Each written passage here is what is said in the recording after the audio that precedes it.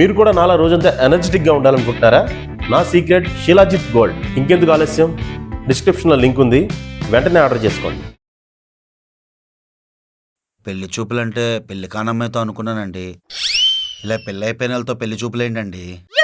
ఇప్పుడు పిండి కొలది రొట్టె, గంతకు తగ్గ బొంత, ఎంత చెట్టుకు అంతే గాలి లాంటి సామెతలు ఉన్నారా? విన్నాను. అది థియరిటికల్ అయితే, ఇది ప్రాక్టికల్. 25 ఏళ్ళ నుండి ఫ్రెషర్గా ఉన్న కుర్రోడికి పెళ్ళి అవ్వడం కష్టంగా ఉన్న రోజులండి. అటువంటిది ఒక సెకండ్ హ్యాండ్ గడికి పెళ్ళి అవ్వడం ఎంత కష్టమో మీకు తెలుసా? అలాంటి వాడికి పెళ్ళి అవ్వాలంటే అవతల ఇంకో అమ్మాయికి విడాకులై ఉండాలి. ఇంక ఈ రోజుల్లో నాలంటి వాడికి పెళ్ళి అవ్వడం అమ్మాయి దొరకాలంటే అది జాక్పాటే. అంటే ఇప్పుడు అమ్మాయికి ఓకే చెప్పేస్తున్నారా ఏంటి? ఇప్పుడు ఓకే చెప్పకపోతే మళ్ళీ అలాంటి సంబంధం రావడానికి నాకు ఇంకో సంవత్సరం పడుతుంది. వేరే వాళ్ళు దొరకరని చేసుకుంటున్నావు, నీకు ఇష్టముండి కాదు. వాస్తవానికి ఆ అమ్మాయి అంటే నాకు ఇష్టమే, వదిలితే మళ్ళీ దొరకదేమని భయం. నాకు నీ ఇష్టం కంటే నీ కరువే ఎక్కువ కనబడుతుంది. ఏంటి? అదే మీ చెల్లి ఒప్పుకుంటుందో లేదా అని.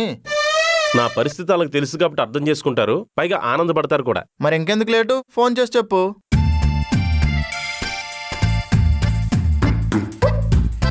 అమ్మా చంద్రకళ, నేను నీకు విషయం చెప్పాలి. చెప్పన్నయ్య.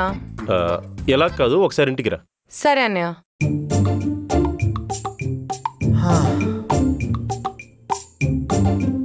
రే, ఆ, నీ సైడ్ నుంచి నువ్వు ఎవరికైనా పెళ్లికి చెప్పాలంటే లిస్ట్ ప్రిపేర్ చేసుకోరా. నాకెవరున్నారన్నా, నువ్వు ఈ కాలనీలో ఆంటీలు తప్ప. పెళ్లి మండపం అది ముందే బుక్ చేసుకోవాలరా. లేట్ అయిపోతే కొంచెం రెంట్లు అవి ఎక్కువ చెప్తారు. ఏంటన్ని ఇప్పుడే కానిచ్చేస్తున్నావా? పెళ్ళంటేనే ఏదోలా ఉందిరా. అయితే క్యాన్సిల్ చేసే. అది నోరా మూసినదిరా, నోటికి ఏదొస్తుంది వాగుతావు. ఇన్నాళ్ళు తోడులేని నాకు ఒక తోడు వస్తుంది కదా, హ్యాపీగా ఉన్నానని చెప్తున్నాను రా. ఏంటన్నయ్య, ఏదో చెప్పాలని పిలిచావు? ఏం లేదురా, నాకు మ్యారేజ్ డైవర్స్ అయ్యాయి కదా. అవును. అందుకే లైఫ్లో ఒక చేంజ్ ఉండాలని. తీర్థయాత్ర కాశీ ఏమైనా వెళ్దాం అనుకుంటున్నావా? పెళ్లి యాత్ర చేద్దాం అనుకుంటున్నాడు. ఏంటి వీడిదా? అది కాదమ్మా, డైవర్స్ అయిన తర్వాత ఒంటరి జీవితంతో ఎన్నో ఇబ్బందులు పడ్డాను కదా, అందుకని ఎవరైనా తోడుంటే. పీజీకి ఏమైనా షిఫ్ట్ అవుతున్నావా? అదేంటన్నయ్య, పక్కన మంచి పనోడు ఉన్నాడు కదా, ఇంకేం కావాలి? నేను పనోడిని కాదు, ఆర్ఎంపీ డాక్టర్ని. మీ అన్నే నన్ను పనోడ్లా వాడుకుంటున్నాడు. ఏడ్సావులే. ఇప్పుడు ఎందుకన్నయ్య పీజీలు అవన్నీ? నీట్గా ఇక్కడే ఉండొచ్చు కదా. నేను పెళ్లి చేసుకుందాం అనుకుంటున్నాను. అమ్మాయిని కూడా చూసుకున్నాను, అమ్మాయి కూడా ఒప్పుకుంది. ఆ విషయమే నీకు చెప్దామని పిలిచాను. పిచ్చి పట్టిందా అన్నయ్య నీకు? రెండో పెళ్లి చేసుకుంటావా? నీకేమైనా బుర్ర పనిచేస్తుందా? ఇప్పుడు ఏమైందిరా? రెండో పెళ్లి చేసుకుంటే సొసైటీలో మమ్మల్ని ఎలా చూస్తారన్నయ్య? మా అత్త మావి మమ్మల్ని చీప్గా చూస్తారు.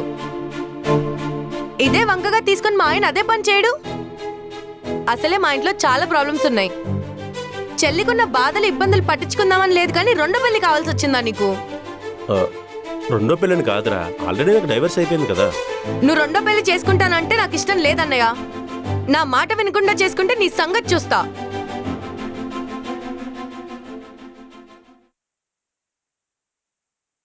నీ ఆనందమే తన ఆనందం అని చెప్పావు. ఒరే కిట్టు, దీంతో ఏ విషయమైనా మర్చిపోవచ్చురా. గురు, మందుకు డబ్బులు ఇచ్చింది నేను, అది మాత్రం మర్చిపోకు. కాస్ట్లీ లెక్కర తాగుతూ చీప్ మాటలు మాట్లాడతావేంట్రా, చీపినా డాష్. మా చెల్లి చూసావేంట్రా, పెళ్ళానిగానే ఎంత గోల్ చేసిందో. ఆయన చెప్పిన దాంట్లో కూడా న్యాయం ఉందిరా. ఏంటి గురు అన్యాయంగా మాట్లాడతావు? నా చెల్లి మైండ్ సెట్ అలా ఉందనుకుంటున్నావా? బేసిక్గా సొసైటీ మైండ్ సెట్ అలా ఉంది. రెండో పెళ్ళాను కానీ అదేదో ఇల్లీగల్ అఫేర్ లాగా మొత్తం మన క్యారెక్టర్నే జడ్జ్ చేస్తారు. మధ్యలో వాళ్ళు ఏం చేశారు? కరోనా వైరస్ కన్నా చాలా డేంజర్ రా ఈ సోషల్ వైరస్ గాళ్ళు. ఊరుకా రాజా, వాళ్ళకి ఇంకేం పని లేదనుకుంటున్నావా? వాళ్ళ పనే మన జీవితాలను జడ్జ్ చేయనురా.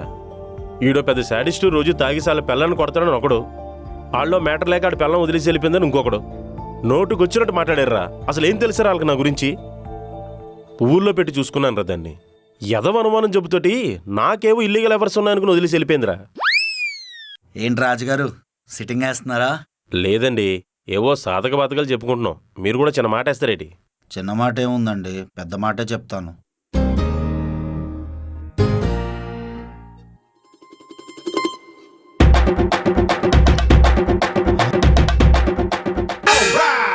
అంత స్పీడ్గా లేపిస్తారేంటండి? అంతు చిక్కని బాధలోనైనా అయి ఉండాలి, అమితమైన ఆనందంలోనైనా ఉండాలి. ఏమంటుంది మీ మాజీ భార్య? ఆవిడ ఏమంటుంది మహేంద్ర గారు? కనికారం లేకుండా మొత్తం లాగేద్దామంటుందండి. ఇది పాపం కదండి. పాపుణ్యాల గురించి వాళ్ళకెందుకండి? మీ దగ్గర ఆస్తుంది కాబట్టి పెళ్లి చేసుకుంది. 6 నెలలు దాటింది, విడాకులు అడుగుతుంది. చూసారా, టైమింగ్ కూడా సరిగ్గా ఫాలో అయింది. నా టైం బ్యాడ్గా ఉంది మహేంద్ర గారు. మరి మా అత్తగారు ఏం అనలేదా? అయ్యో, ఎందుకు అనలేదండి? విడాకులు త్వరగా తెప్పితే నోట్లో స్వీట్ ముక్కలు, భరణం చేతిలోకి రప్పిస్తే బ్యాగ్లోకి నోటు కట్టలు పెడతామని మదర్ ప్రామిస్ చేశారు. మహేంద్ర గారు, ఇది అన్యాయం అండి. రూపాయి కట్నం తీసుకోకుండా పెళ్లి చేసుకున్నాను. ఇప్పుడు నా ఆస్తంతా దొబ్బేటి విండండి భరణం కింద. దొబ్బేస్తున్నానని మీరు అనుకుంటున్నారు, టైం చూసి దెబ్బేస్తున్నానని వాళ్ళు అనుకుంటున్నారు. మీకు అర్థం కావట్లేదు జేసీ గారు, ఇదొక ట్రెండ్. డబ్బులు నావండి, అవి లేకపోతే నేను అడుక్కు తినాలి. అడుక్కు తింటారో లేకపోతే ఎవరిదైనా అప్పు తీసుకొచ్చిస్తారో ఆ పిల్లకి అనవసరం. ఆ పిల్ల భరణాన్ని శాలరీ కింద అడుగుతుంది, నెలకు 30 లక్షలు ఇంటికి పంపమంటుంది. అది మీకు చెప్పమన్నారు. ఓకే అంటే మధ్య కింద ముగిద్దాం, లేదంటే కోట్లు చుట్టూ తిరుగుదాం అని చెప్తున్నారు. 30,000కి ఇదే ఆఫీస్ నా దగ్గర జాబ్కి వచ్చిందండి. ఇప్పుడు 30 లక్షలు ఎలా డిమాండ్ చేస్తుందండి? నెలకొక సాధారణ మహిళకు అయ్యేంత ఖర్చు రాసి పెట్టిందండి మీ ఆవిడ. 2 కాపీలు తీయించింది, ఒకటి నాకు ఇచ్చింది. మరి రెండోది? మహిళా సంఘాలకు ఇచ్చింది. సాధారణమైన మహిళా ఖర్చులు మొత్తం వాళ్ళకే అర్థమవుతాయి కదా. నేను కోర్టుకి వెళ్తానండి. నాలాంటి నికాసైన పత్తికించకి ఏదో ఒక న్యాయం జరుగుతుంది. ఇది సినిమాటిక్. ఇప్పుడు రియాలిటీ ఏంటో నేను చెప్పనా? నా మాట విని ఆ అమ్మాయికి ఏం కావాలో అది ఇచ్చి పడేయండి, లేకుంటే మీకున్న ఆఫీస్ కూడా వెళ్ళిపోతుంది. మీరు ఈ కండిషన్కి ఒప్పుకోకపోతే నెక్స్ట్ జరిగేది విధ్వంసం, వినాశనమే. తప్పదా? తప్పించుకోలేరు. ఇది దేవుడి గీసిన గీత కాదు, ఆడవాళ్ళ మీద చట్టం రాసిన రాత.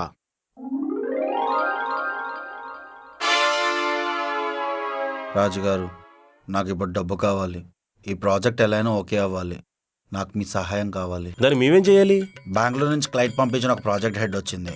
ఆమె ఓకే అంటేనే ఈ ప్రాజెక్ట్ ఓకే అవుతుంది. అయితే ఓకే అనమనండి. అలా అనాలంటే ఆమెకు ఆఫీస్లో అన్నీ కరెక్ట్గా ఉంటేనే అంటుందంట. ఏ ఆఫీసులో వాస్తు బాగోలేదా? మీకు తెలియదంటూ ఏముందండి, ప్రాజెక్టులు లేక ఉత్తనే జీతాలు ఇచ్చుకోలేక అందరినీ తీసేసాం.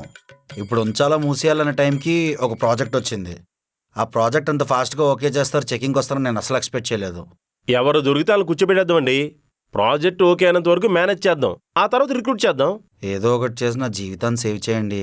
జీవితాన్నే కదా, సెట్ చేద్దాం. పొద్దునకల్లా నా టీంతో నేను రెడీగా ఉంటాను.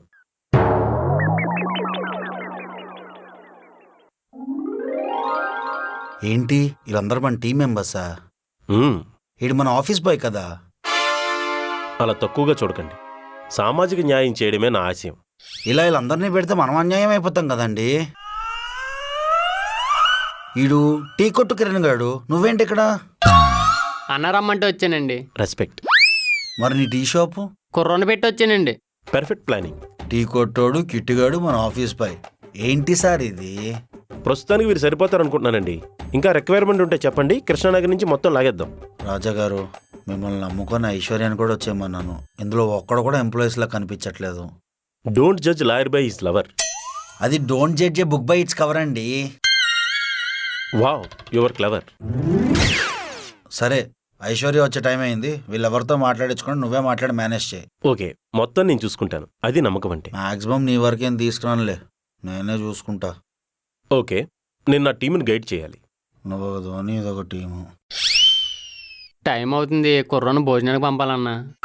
సరిగ్గా డికాషన్ మరిగే టైంకి గ్యాస్ అయిపోతే ఎలా ఉంటుందిరా? టోటల్ లాస్ అన్నా. ఇప్పుడు నువ్వు వెళ్ళిపోతే నాకదే అవుద్ది, టోటల్ లాస్. ఈ ఒక్కరోజు కొంచెం మేనేజ్ చేద్దాంరా. అంటే డేటా ఆన్ చేశాను, ఆంటీలందరూ మెసేజ్లు చేస్తున్నారు. ఒక్కరోజు వెళ్ళిపోతే కొంపలు అంటుకుపోతాయిరా. వంటలు ఆగిపోతాయి. అంటే సరుకులన్నీ నేనే తీసుకెళ్ళాలి కదా. అంకులు వదిలేసిన ఆంటీల పరిస్థితి నీకేం తెలుసు ఎలా ఉంటుందో. ఆపేయ్. ఫ్లైట్ మోడ్ పెట్టు, ఫ్లైట్ మోడ్ పెట్టు. వచ్చాడు పెద్ద సంఘ సంస్కర్త. సార్కి బ్లాక్ కాఫీ ఇచ్చే టైం అయింది. ఒక్కరోజు కాఫీ తాగకపోతే సారేం చచ్చిపోడు. చేతి తెయ్, అలా కూర్చో. అలా మెయింటైన్ చేయి. ఓకే. బాడీకి తలకాయ అంటించినట్టు ఎదవ్వాట నువ్వు. సో జేసీ గారు, ఎక్స్క్యూజ్ మీ.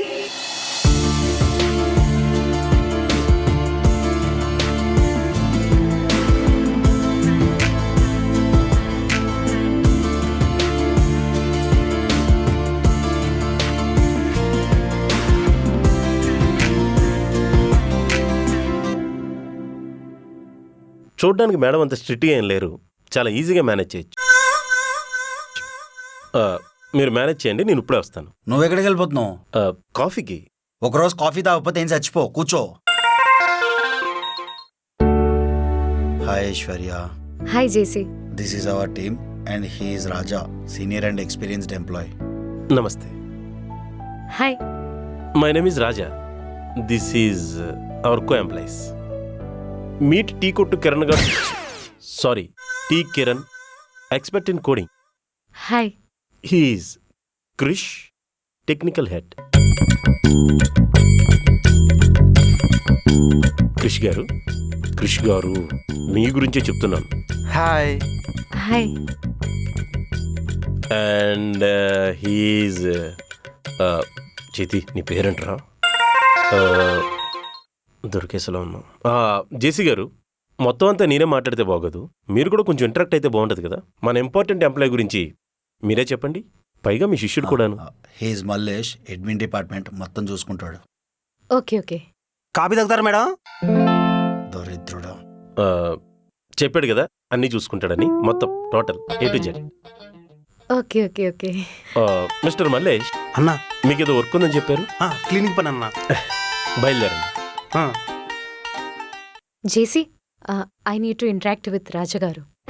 షూర్. రాజా గారు, ఐశ్వర్య గారు మీతో మాట్లాడాలంట. ఆల్రెడీ మాట్లాడుకున్నాం కదా. అలా కాదండి, 1-to-1 ఇంటరాక్షన్. ఇప్పుడు ఎందుకు, మనకు చాలా టైం ఉంది కదా, రేపు కూడా మాట్లాడుకోవచ్చు. ఈ రోజు కూడా మనకి చాలా టైం ఉంది. జిడ్డులా ఉంది, వదిలేదు. అన్నా, భోజనం కుర్రోడు. You carry on mister Kiran. Thanks అన్నా. రాజా, నేను కూడా వెళ్ళరానా మరి? చంపేస్తాను. ఇలా వెళ్ళాలా, వచ్చేస్తా. నువ్వు వెళ్తే మళ్ళీ రానివ్వరు. వెళ్దామండి. ఓకే. ఒక్కగా డౌట్ వచ్చేసింది. పోతే జేసీ గడు పోతాడు, మనకేంటి. మీ ఎక్స్పీరియన్స్ గురించి చెప్పండి. ఎక్స్పీరియన్స్ ఏముందండి, ముందు మనం ఫ్రెండ్స్ అవుదాం, అంటే ఒక స్నేహపూర్వక వాతావరణంలో పని చేసుకుందాం అని చెప్తున్నాను. మీకేమైనా డస్ట్ అలర్జీ ఉందా? ఇది అలర్జీ వల్ల వచ్చిన తుమ్ము కాదండి, మీరు కొట్టుకొచ్చిన పెర్ఫ్యూమ్ వల్ల వచ్చిన తుమ్ము. ఎవడో ఒరిజినల్ అని చెప్పి ఫస్ట్ కాపీ అమ్మేశాడు మీకు. ఏం మాట్లాడుతున్నారు? ఈ వాచ్ సరూస్కి ఎంత ఉంటుంది? 22,000. 2,000 వచ్చేద్ది. కోటిలో మనకు తెలిసిన డీలర్ ఉన్నాడు, మీకు ఏమైనా కావాలంటే చెప్పండి. అనవసరంగా బ్రాండ్ల పేరు చెప్పి డబ్బులు తగలేసుకోకండి. 4 రాళ్ళు వెనకేసుకుంటేనే కదా మనకి రేపు ఫ్యూచర్లో పనిచేసేది. ఐశ్వర్య గారు, మీకు విషయం చెప్పను. బ్రాండ్స్ వేసుకోవడం వల్ల మీకు వాల్యూ రాలేదండి, మీరు వేసుకోవడం వల్లే బ్రాండ్కి వాల్యూ వచ్చింది.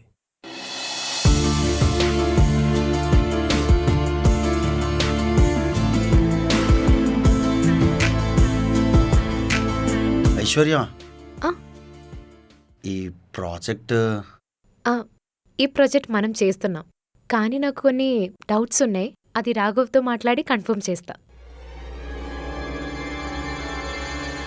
ఓకే.